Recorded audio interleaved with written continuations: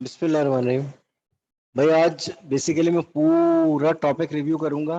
Recording में कर रहा हूँ, रिकॉर्डिंग भी अपलोड हो जाएगी पूरी रिकॉर्डिंग, ठीक है। तो टॉपिक हम कर चुके हैं पहले कोऑर्डिनेट ज्योमेट्री। सबसे पहले तो हम ये देखेंगे कि मैंने कुछ पॉइंट्स लगाए, इन पॉइंट्स के कोऑर्डिनेट्स लिखने हैं मुझे। तो मुझे ज़रा आसान भाषा में इनके पॉइंट्स की कोऑर्डिनेट्स बता दीजिए।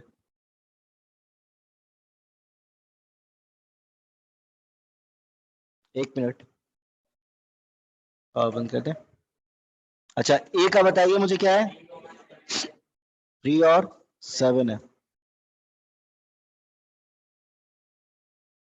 बी का बताइए।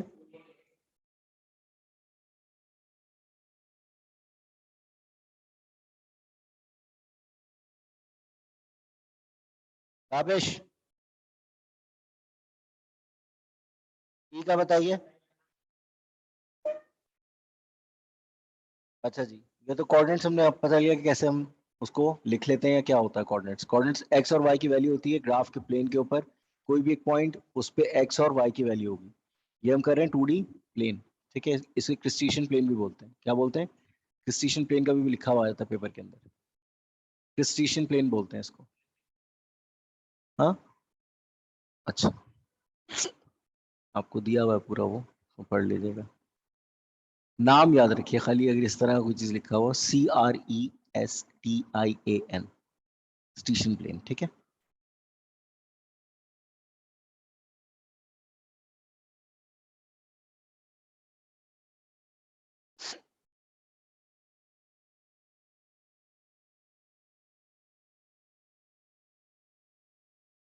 आप सिर्फ 2D प्लेन याद रखें। 2D प्लेन, 2 डायमेंशनल प्लेन याद रखें, ठीक है। यानी इसमें एक्स और वाई होगा और कुछ नहीं होगा। कोऑर्डिनेट लेना में आ गए। अब हमारे पास एक ये दिया हुआ है और एक पॉइंट ये दिया हुआ है। ये ए है और ये बी है। ए के कोऑर्डिनेट्स बताया कोई मुझे, और बी के कोऑर्डिनेट बताया कोई। अब इन दो पॉइंट के अंदर हमने क्या करना है, लेंथ निकालनी है पहले। इसकी हमने क्या निकालनी है, लेंथ। यानी कि ये x1 है, ये y1 है, ये x2 है, ये y2 है। Length of A B, formula क्या है, अंडर रूट का whole square plus whole square. अब मेरे पास x2 क्या है,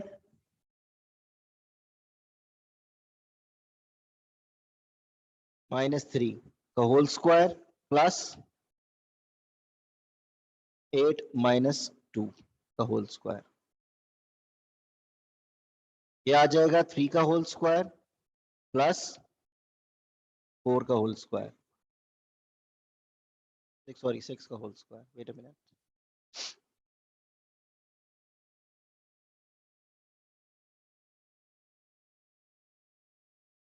आंसर आ रहा है अंडर रूट 45, ठीक है।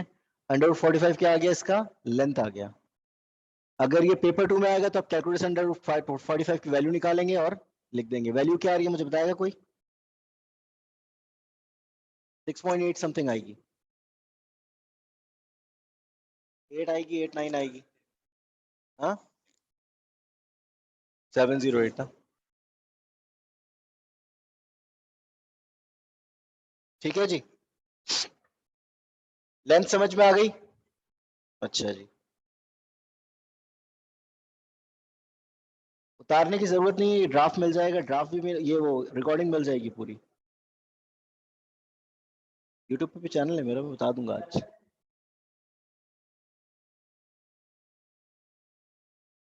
अच्छा जी, अब इधर आ जाइए। ये तो निकाल लिया मैंने। अब मुझे चाहिए क्या, ग्रेडियंट निकालिए पहले। अब मुझे लाइन ए बी का ग्रेडियंट चाहिए, ए बी का ग्रेडियंट चाहिए। ग्रेडियंट निकालने के कितने तरीके होते हैं। पहले मैं करूंगा राइज ओवर रन, वो देख लीजिएगा। 1 2 3, यहाँ 3 क्यों, और यहाँ पर 1 2 3 4 5 6, ये 6 है और ये 3 है। तो राइज क्या है मेरे पास 6 है और रन क्या है मेरे पास 3 है, तो ग्रेडियंट क्या आ गया इसका 2। अब इसको प्रूफ करते हैं कि ये दूसरे फॉर्मूले से भी सही आ रहा है कि नहीं आ रहा है। अब हम करेंगे y2 minus y1 upon x2 minus x1। Gradient क्या आ रहा है मेरे पास 8 minus 2 6 minus 3, 8 minus 2 is 6, 6 minus 3 is 3, answer आ रहा है 2। ये दोनों क्या हो गए सेम आ रहे हैं, इसका मतलब है ग्रेडियंट सही निकाला हमने। ठीक है, राइज ओवर आंसर, अगर ग्राफ दिया हो तो राइज ओवर आंसर।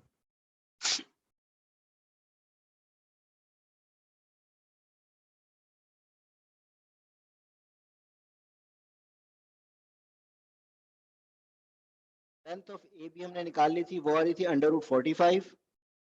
ग्रेडियंट अभी हमने निकाला, वो क्या आ रहा है, वो आ रहा है। अब हमें इक्वेशन ऑफ लाइन निकालनी है।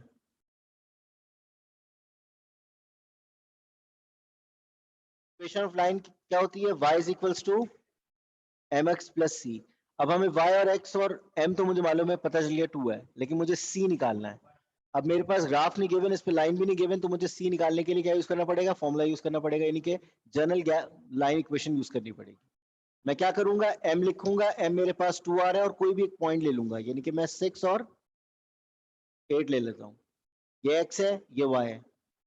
अब y is equals to m x plus c है। y की जगह आप 8 लिखेंगे, m की जगह आप 2 लिखेंगे, x की जगह आप 6 लिखेंगे, प्लस सी सी हमें निकालना है, तो ये बन जाएगा 8 is equals to 12 plus c. अब 12 इधर आएगा तो माइनस हो जाएगा, ये बन गया सी। ये आ रहा है -4, सी क्या आ गया मेरे पास, माइनस का 4 आ गया। अब मैं इक्वेशन लिखूंगा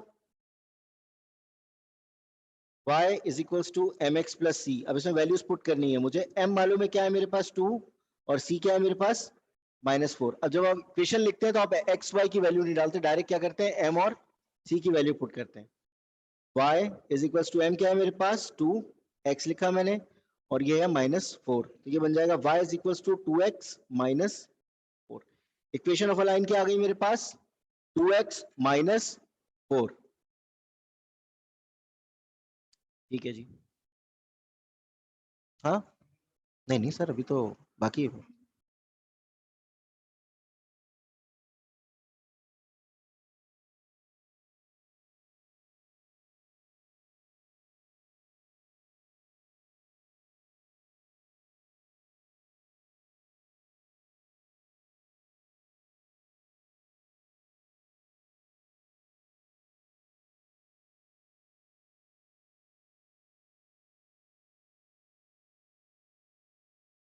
क्या आ गई इक्वेशन,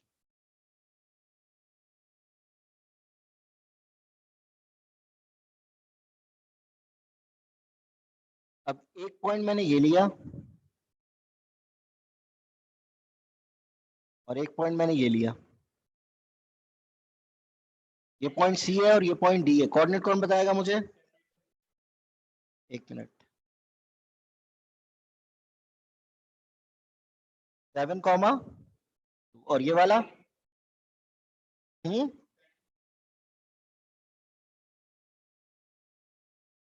इसका ग्रेडियंट कौन बताएगा मुझे,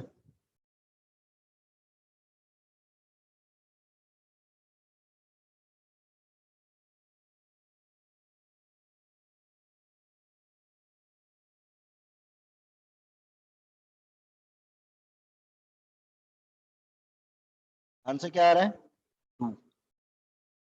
क्या चीज डिफेक्ट हो रही है, लाइन ए बी और लाइन सी डी क्या है एक दूसरे के,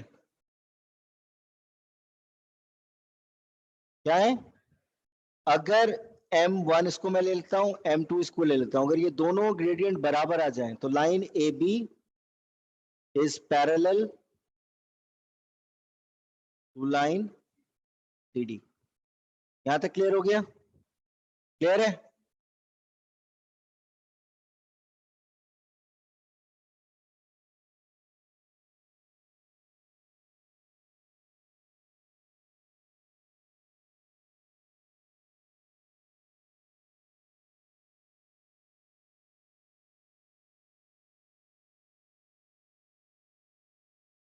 पॉइंट बताइएगा ए का क्या है और बी का बताइएगा क्या है।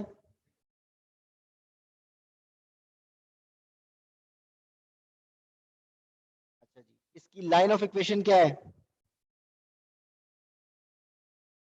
ग्रेडियंट बताइए क्या है इसका।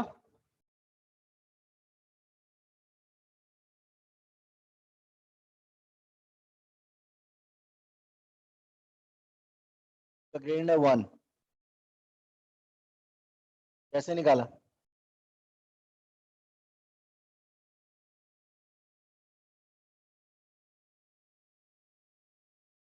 ये देखिए 1 2 3, रन कितना है 3, और 1 2 3 राइज कितना है 3, राइज ओवर रन इज 1 आ गया। इक्वेशन कौन बताएगा मुझे इसकी, नहीं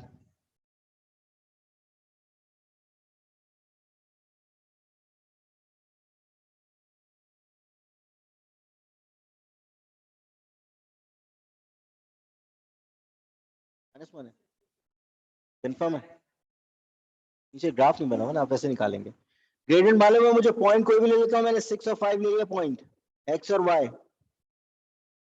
5 रखा, ग्रेडियंट की वैल्यू 1 है, एक्स मेरे पास 6 है प्लस सी, 5 6 और सी, यानी 5 माइनस 6 इक्वल्स टू सी, -1 आ रहा है सी, ठीक है। ग्राफ इसके लिखने पहले, नहीं -1 पे आ रहा है, ठीक है जी। अब इक्वेशन क्या हो जाएगी इसकी, y is equals to x -1, ये आ गई लाइन की इक्वेशन, निकाल ली हमने। काफी समझ में आया बेटा।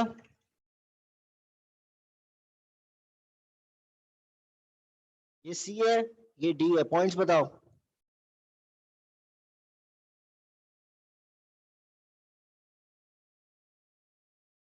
ग्रेडियंट निकालो इसका,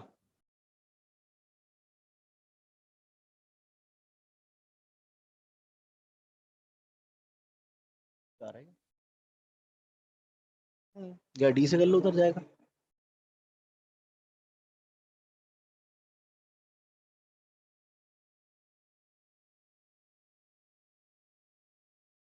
ओ sorry sorry sorry sorry sorry, एक मिनट, पॉइंट मैंने गलत लगा दिया, पॉइंट यहाँ आएगा, ये पॉइंट सी चेंज कर लो, सी क्या है। अब बताओ ग्रेडियंट क्या है। कैसे निकाला हमने, 1 2 3 गया मैं -1, वो -3, और ये 1 2 3 3, राइज ओवर रन क्या होता है।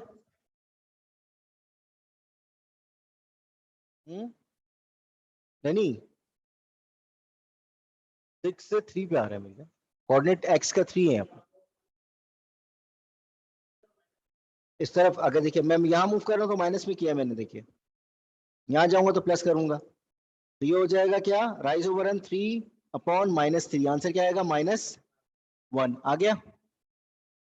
सी डी का ग्रेडियंट ये m2 ले लेते हैं, और इसको हम क्या कह लेते हैं, ये m1 है। अब मैं m1 मल्टीप्लाई कर रहा हूँ m2 के साथ, आंसर क्या आ रहा है मेरा, यानी 1 मल्टीप्लाई बाय -1 करूंगा, आंसर क्या आएगा -1। इसका मतलब क्या है कि लाइन ए बी और सी डी क्या है, एक दूसरे के परपेंडिकुलर है, दैट्स ऑल।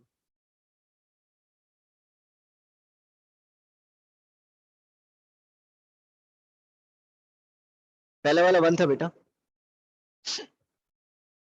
अच्छा अब इसकी इक्वेशन बताया कोई मुझे, सी डी की इक्वेशन कौन बताएगा।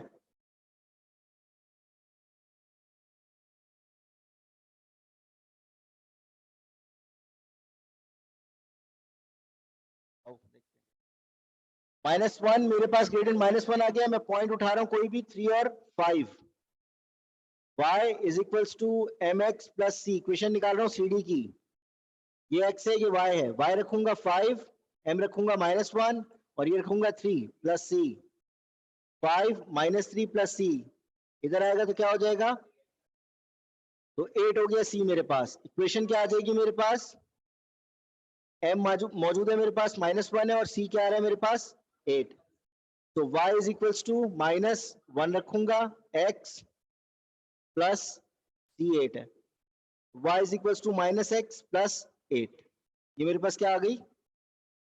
अच्छा अब आ जाओ इधर, एक इक्वेशन आई थी मेरे पास y is equal to x minus 1, दूसरी आई y is equal to minus x plus 8। अब अगर इस फॉर्म में इक्वेशंस मौजूद हैं, आपको सिर्फ इक्वेशन दी हुई है, फोकस कर लो दोस्त, ये नया चीज बताने जा रहा हूं, समझ लो। अगर आपको इस फॉर्म में इक्वेशन दी हुई है तो आप ग्रेडियंट बता सकते हो इक्वेशन का, इक्वेशन का ग्रेडियंट बताओ। ये इक्वेशन दी हुई है दो,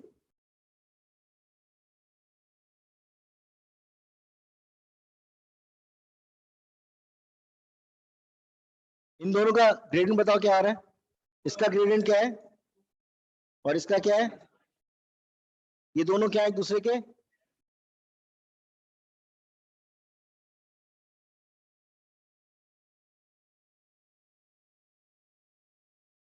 सारे के सारे धोखा खा गए इस पता जी। कासिम सही बोल रहा है, अब्दुल रहमान आपका क्या ख्याल है? क्या आप समझ में आया?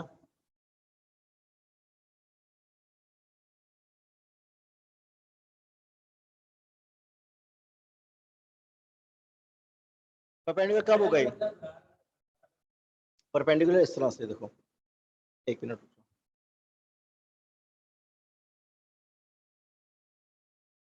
परपेंडिकुलर इस तरह से ये,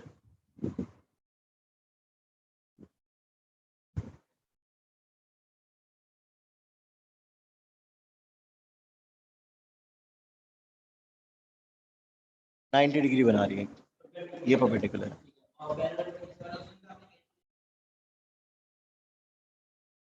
ये दोनों पैरेलल लेंथ, मतलब किस चीज की। तो आज विदाउट कैलकुलेशन बताने की कोशिश कर रहा हूँ कि आपके अगर इक्वेशन सामने पड़ी हो तो आप बता सकते हो।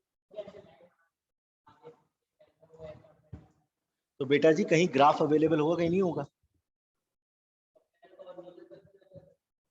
यानी अगर नहीं है तो नहीं होंगे। अगर फर्स्ट कर लेते हैं, फर्स्ट कर लेते हैं, एक ऐसे जा रही है एक ऐसे जा रही है, अब ये नहीं परपेंडिकुलर किससे, वही वही करने जा रहा हूँ, करने जा रहा हूँ, वही करने जा रहा हूँ।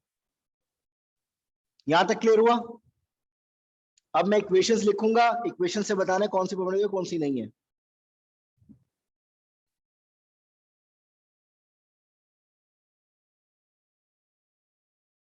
ये दोनों इक्वेशन परपेंडिकुलर है, पैरेलल है या नीदर है? पहले इस इक्वेशन का मुझे ग्रेडियंट बताओ क्या आ रहा है, और इसका क्या आ रहा है। m1 multiply by m2, answer क्या आना चाहिए, -1, -1/3 multiply by 3 is equal to -1 आना चाहिए ना। तो ये 3 से 3 कैंसिल हो गया, -1 इज इक्वल टू -1, ये दोनों क्या है एक दूसरे के परपेंडिकुलर। अब आ रहा है समझ में आया? जी ये यूं बन रहा है, ठीक है।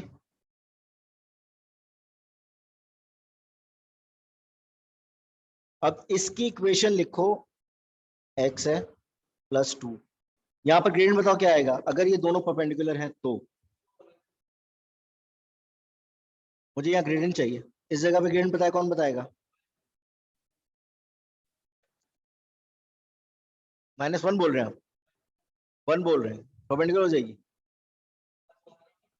नहीं नहीं नहीं, इसका ग्रेडियंट मिलेगा, ऐसा दोनों लाइन एक दूसरे को परपेंडिकुलर है। मुझे यहाँ ग्रेडियंट बताओ क्या है।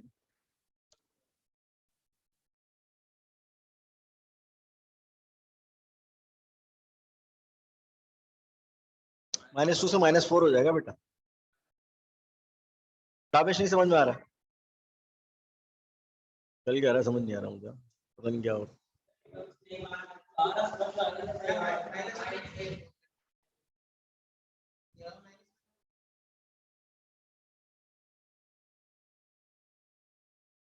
सबसे पहले आप m1 मल्टीप्लाई बाय m2 करें, आंसर -1 आना चाहिए, ऐसा ही है।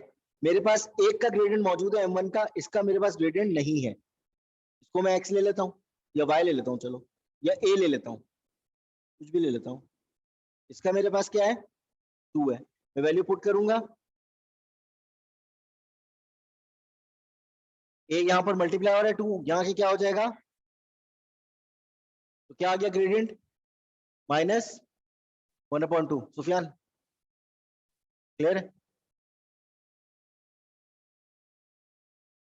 मतलब आपको इतना हो जाना चाहिए कि आप वैसे ही बता दो कि यार इसका आंसर क्या आएगा, तो मैं समझूंगा आपने कोऑर्डिनेट ज्योमेट्री पढ़ ली या समझ में आ गई। जी या 1x होगा, चले मान लेते हैं, आपकी बात लेते हैं, 1x ले लेते हैं, ठीक है 1x ले लिया मैंने।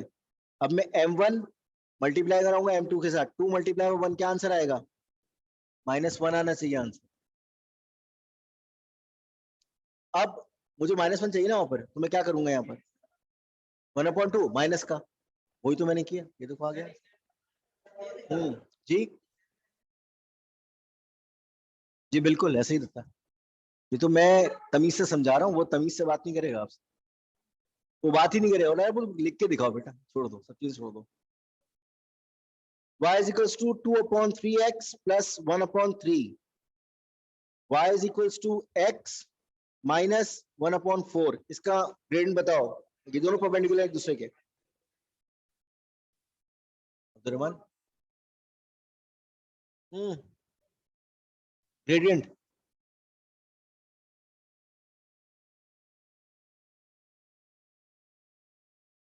जी,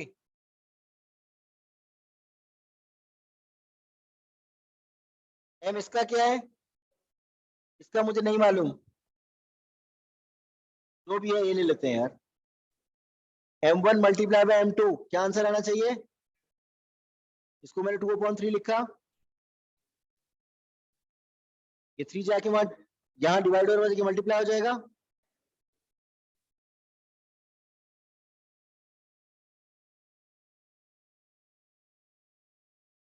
आंसर क्या आ गया? यानी m2 क्या आ गया मेरे पास? -3/2। आया समझ?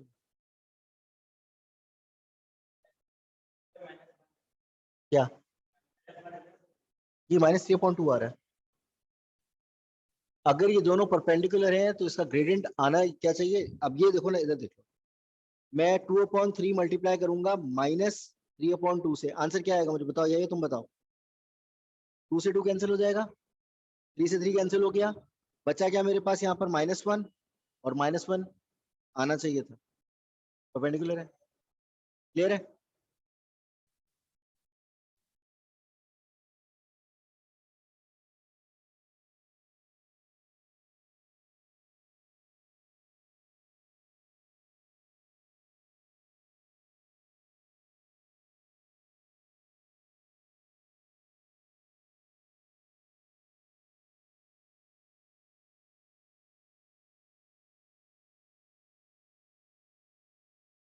ये दोनों लाइन परपेंडिकुलर है या नहीं, कौन बताएगा?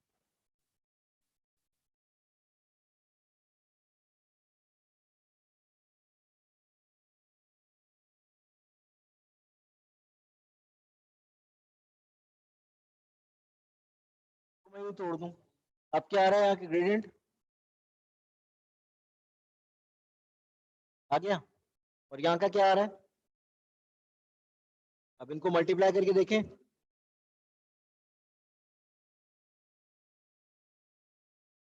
आ रहा है आंसर -1। ऐसी होती है।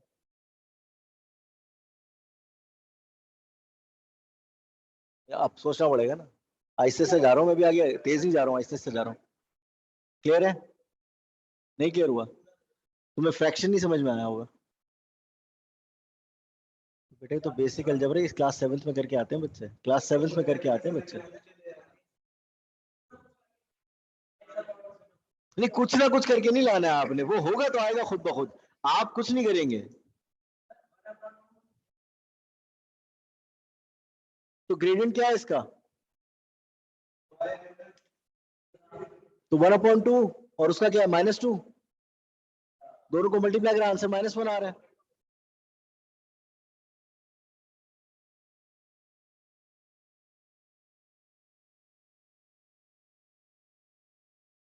अब ये बताना y इज इक्वल टू,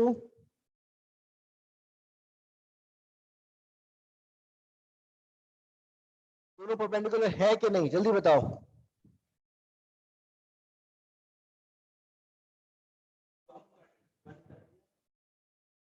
से देखिएगा इसको, मैं इसको y को सब्जेक्ट बना रहा हूं। इसका ग्रेडियंट क्या है मेरे पास, -1 अपॉन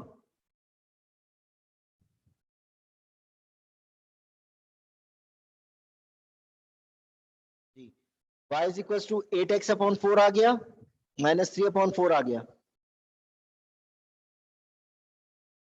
2x -3 अपॉन 4 आ रहा है इसका ग्रेडियंट, वो इक्वेशन क्लियर है।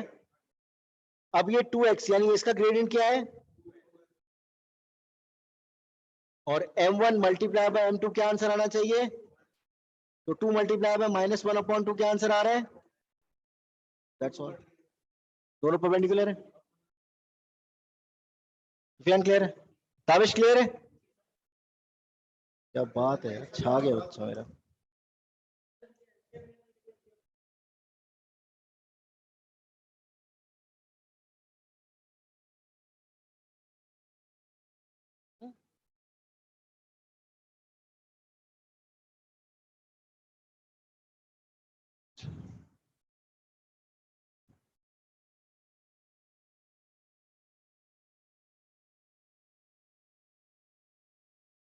ये बताइए,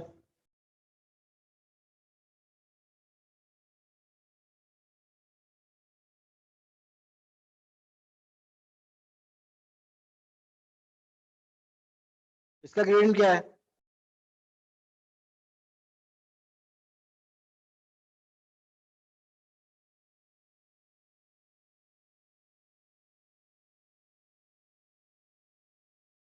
ये परपेंडिकुलर है एक दूसरे के,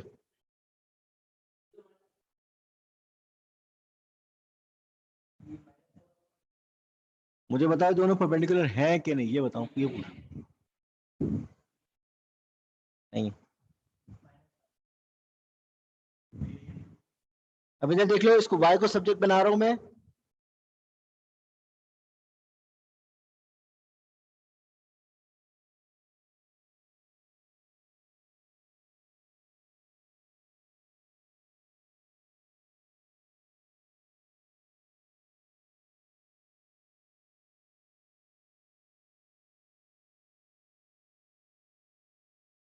-4/3 और -4/3 मल्टीप्लाई करूंगा तो आंसर आएगा -16/9, यानी कि परपेंडिकुलर नहीं है।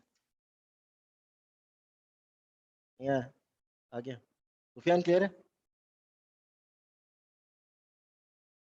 संडे या सैटरडे से स्टार्ट होंगे, एक दिन पहले बता दूंगा, कल जुम्मा है, कल बदल जाएंगे, सुबह होंगी, मतलब वही दोपहर में 1 बजे के बाद। वाइट भी हो सकता है, या 1 से 2 होंगे, 12 से 1 होंगे, नहीं आ नहीं घर पे ऑनलाइन।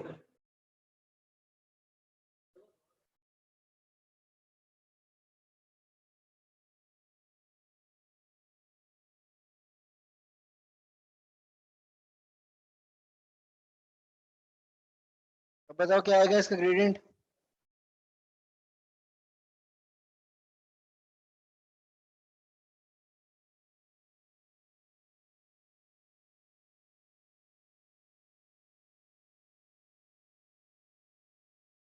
नहीं ग्रेडियंट पूछ रहा हूँ, यहाँ पूछ रहा हूँ क्या आएगा, अगर ये दो लाइन पैरेलल है,